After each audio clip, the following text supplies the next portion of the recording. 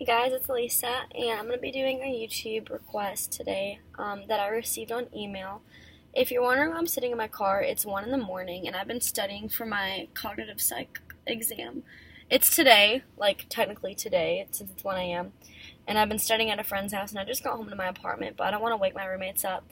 And it's also literally 35 degrees outside, so I just prefer sitting in my car and like in the heat and stuff. So I'm going to do this request, and I would show you guys, but I'm using my phone flashlight since it's dark. So I haven't read the request yet, but I'm looking forward to it. So it says, "Hey Lisa, my name is Jasmine." I hope I was allowed to say that.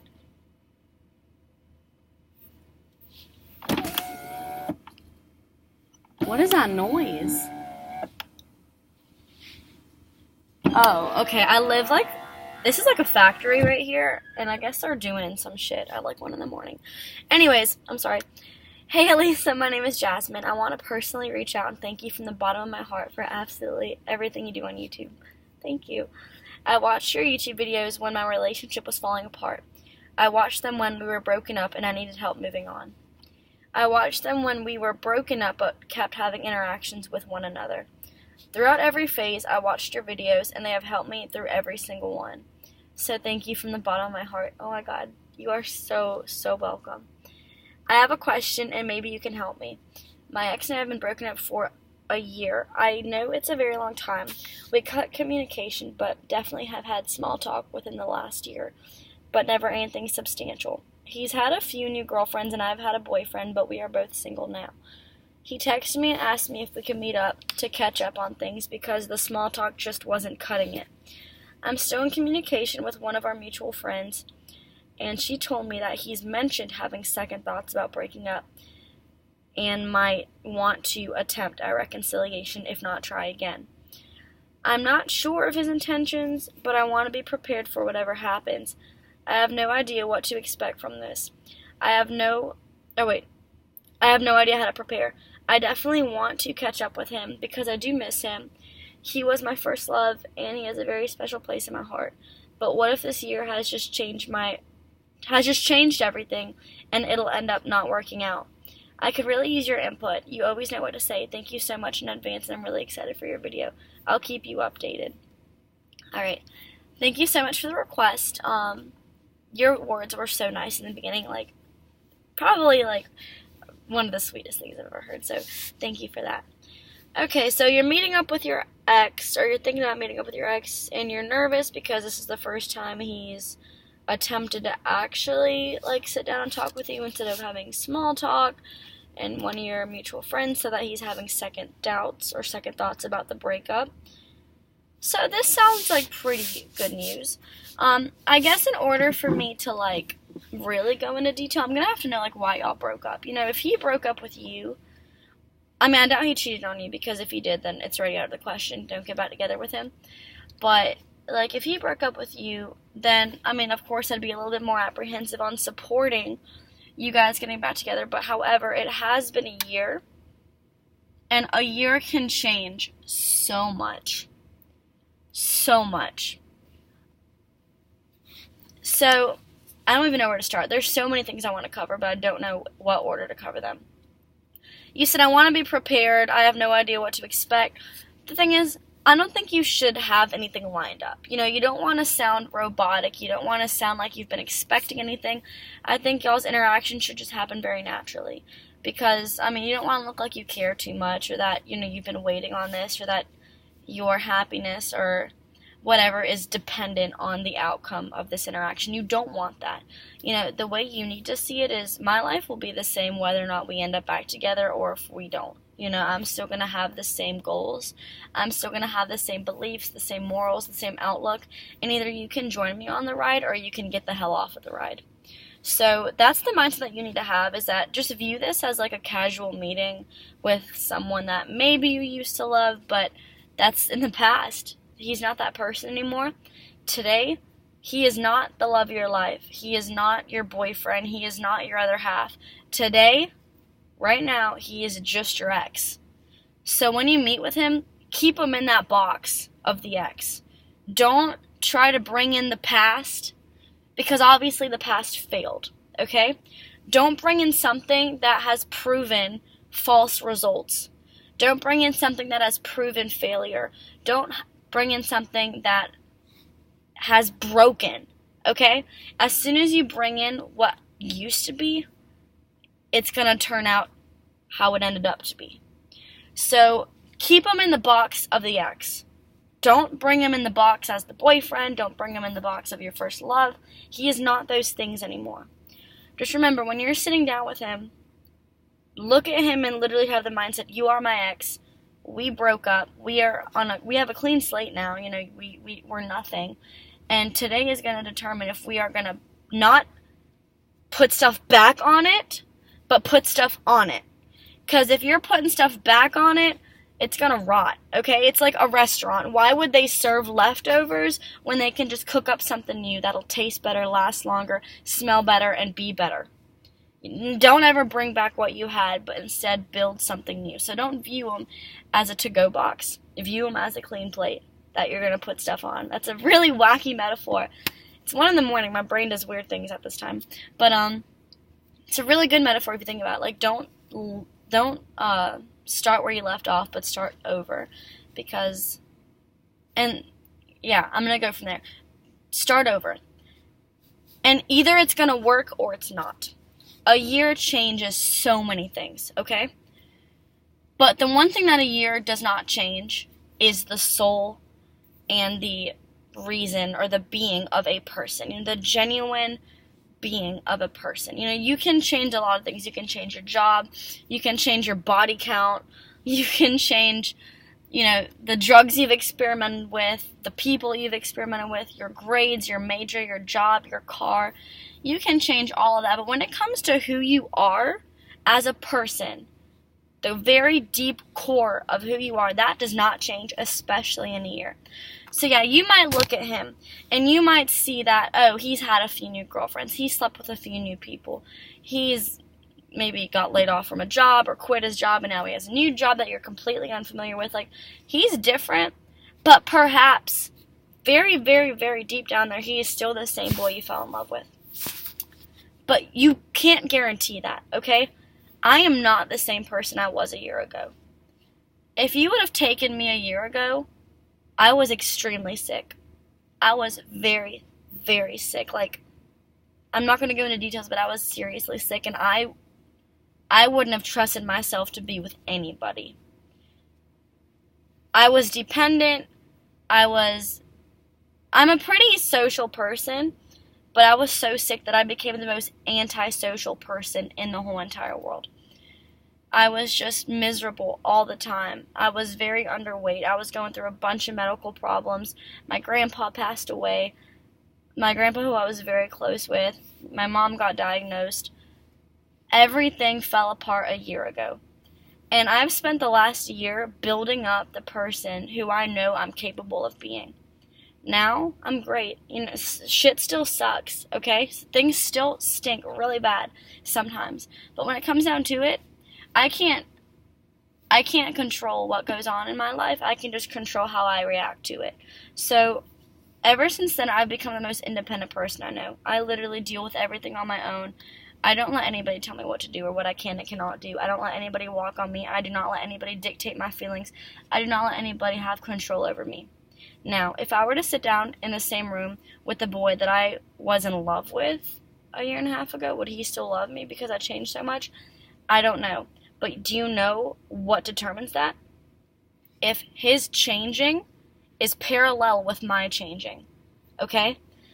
When two people fall in love, it's because their personalities fit at that moment. Okay, let's say your personality looks like this, his looks like this. Oh my God, look at the match. People break up because their personalities start to, like, not fit anymore. And maybe he's very outgoing now. Maybe he, like, loves drugs and alcohol, or maybe, and you're, like, super study, school-oriented, and you guys just don't fit anymore. And now, like, you don't work.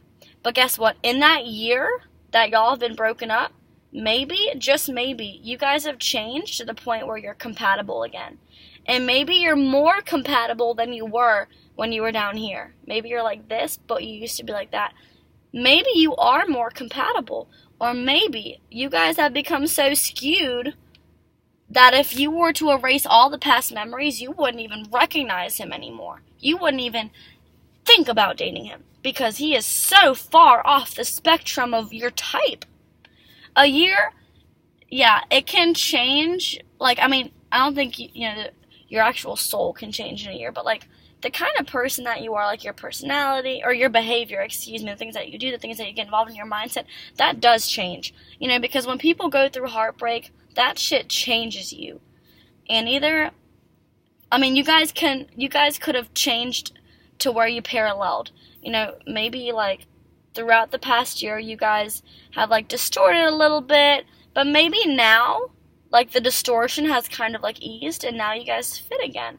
So, going out with him for coffee or whatever you guys are planning on doing, it is a good idea, because you can see if this has turned into this.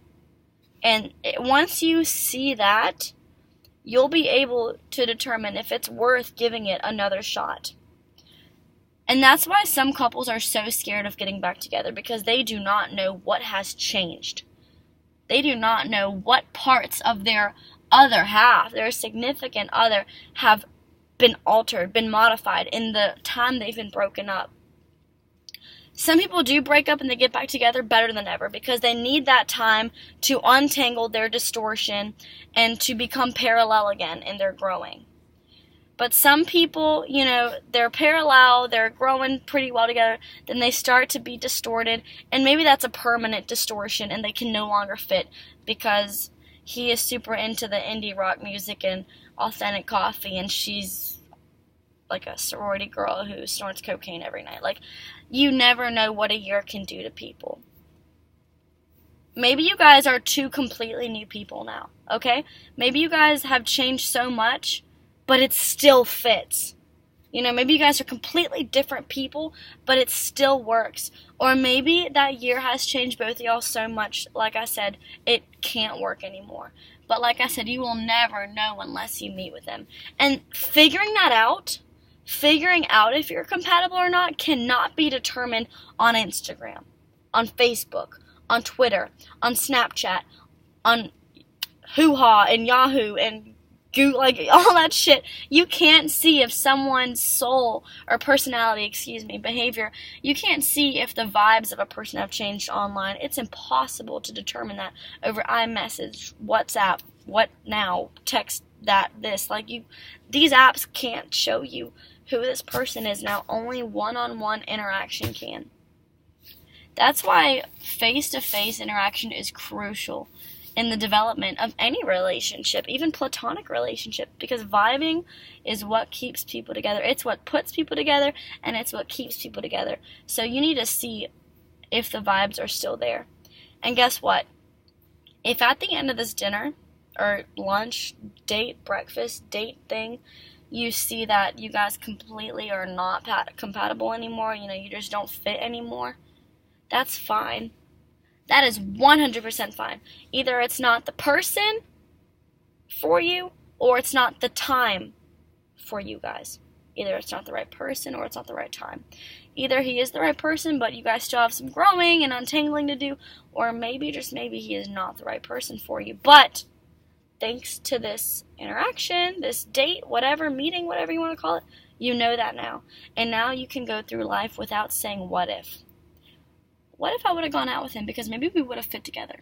What if I would have just grabbed coffee with him that one time he texted me because maybe he was the one for me, I don't really necessarily believe that what's meant to be will be. I believe that you need to go out there and see what's meant for you and what's not. You have to experience things in order to know what's best for you and what's not. People don't have allergic reactions by just sitting there not touching anything all day long.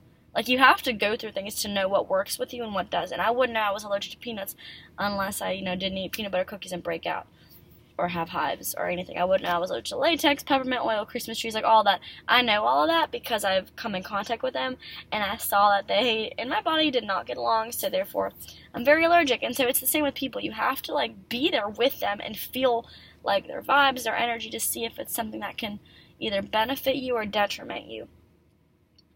So if you walk away from this and you see that things completely do not work anymore, congratulations. You have your answer, and now you can live what if free. What if free? Because now you know that this is something that's not going to work, either ever or at the moment. So you can take that info, you can take that news, and just move on. However, if you walk away from this date / meeting / interaction / whatever the hell you want to call it, and you guys are finally compatible again, you're finally parallel again, maybe that calls for a second shot. A year changes people. I had some very bad habits when I was in my serious relationship. I carried really big baggage on me that if I could talk to my old self now, I would have been screaming at her to cut it out. I would have been like, Elisa, quit doing that. Like, stop. Like, why would you say that? Like, I was such a cringe-worthy girlfriend. But see, it's because I was a cringe-worthy girlfriend that I'm going to make it a freaking hell of a trophy wife one day, because I got to see where I went wrong and I know how to fix it. I got to see that I'm allergic to peanuts, so now I don't eat peanut butter. You have to know what goes wrong in order to know what to make right, okay? Like, yeah, I hate that I was such a bad girlfriend. I wasn't bad, I loved, but I loved in a very unhealthy way. But it has really taught me how to love the right way. So maybe it's the case for y'all. Maybe it is, what's meant to be with y'all. Maybe that is it. But you needed that time to straighten yourself out. He needed that time to straighten himself out. So don't be nervous. Either you guys are going to work out and it's going to be back on track, and maybe you guys have detangled yourselves and now it's going to work again. Or maybe you really have settled into two completely genres of people, two completely different genres of dating. And that's okay. You can always stay friends. You can always stay acquainted. And that was not like a secret message clearing throat. That was actually how to clear my throat. But maybe, you guys aren't meant to be together, but now you're mature enough to say, look, we're not meant to be anymore. We were at one point. We were for however long y'all were together. But now we can just be friends. Now we can just be acquainted, because I feel like your first love, regardless of the breakup, regardless of how much time has passed, eventually, your first love kind of should be entitled to a spot in your life. I mean, not in all cases. Some cases really, like if you get cheated on or whatever, like that obviously doesn't count. But first loves really are so special. They teach you so much of what you know about dating. They get your toes in the water for what dating is like, what's waiting out there for you in the real world. It gives you a glimpse of marriage. It gives you a glimpse of the future. So first loves really are so important. I think it's crucial to have a good relationship with them if you can. Not while you guys are still in the healing phase or / moving on phase, but once everything is past, once all the baggage has been sorted out and all the detangling has been detangled, I think it's important to be acquainted with your first love, because they are a very special person to have in your life. Most people will not agree with me, but most people do not own a relationship counseling program. So I personally think it's important to do that. And I think this meeting will be very good for you. Be happy for it, because not everyone gets that. Just see how it goes. Don't have anything prepared. Be natural. Either he's going to say, look, I just want to apologize and I want to be friends. Or he's going to say, I've been having, second thoughts. I keep saying second thoughts. And I really want to see where we are. When two people date for a long time and then they break up and then they don't talk, and then let's say they get back together to meet for coffee or something, it's never, hey, let's date again right now. It's always, let's see how things go. You have to try on the shoes to see if they still fit, to see if they're still comfortable. So definitely see how it goes. See if it's worth trying on, test walking, see what he says, and either he's gonna apologize for how things ended. If you guys ended terribly, either he's gonna suggest to be friends. But honestly, sounding or listening to what you said about the whole what he told your mutual friend, it does sound like he's interested in feasibly pursuing a part 2. But make sure he's not using you because he's lonely, or because his relationship failed, or because he wants a rebound. Because a lot of people do that, boys and girls. Their relationships fail, so they go back to the preceding relationship. They go back to the relationship before that. And the last thing you or me or anybody should ever be is a plan B. I'm number one. I'm going to be number one to you. I'm not going to be a result of what you settled for. I'm going to be your goal. I'm going to be what you work for. And I'm going to be exactly what you want. Because I don't want to be the until girlfriend.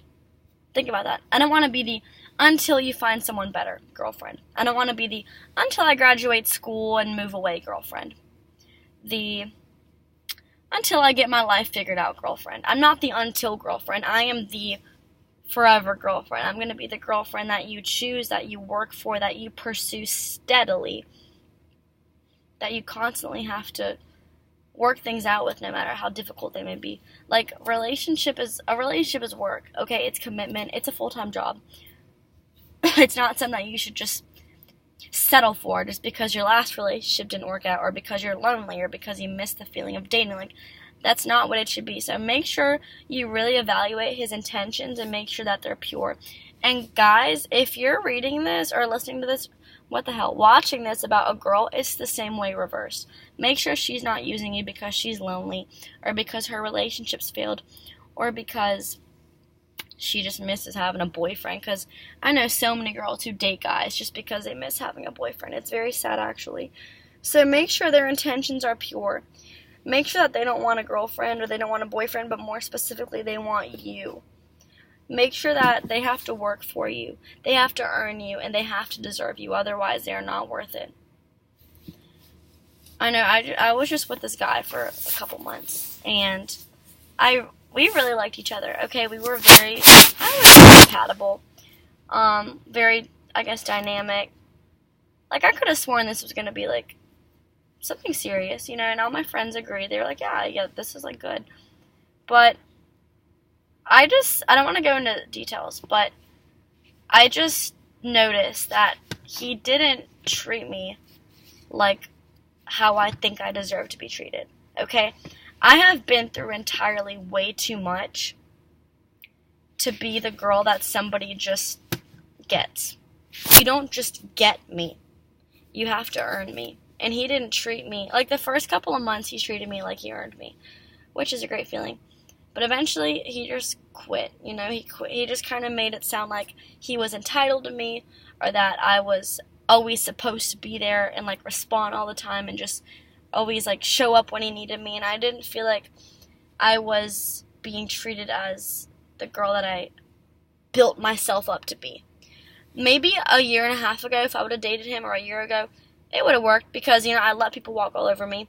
I didn't have much self-respect. I didn't have much self-esteem. I was very clingy. I was very dependent. But I'm not like that anymore. You know, I washed all that away and I rebuilt myself. If you want me, you're going to have to work for it, okay? And that's what your mindset needs to be. Whoever broke up with who, you need to say, like, let's say he decides he wants to try again.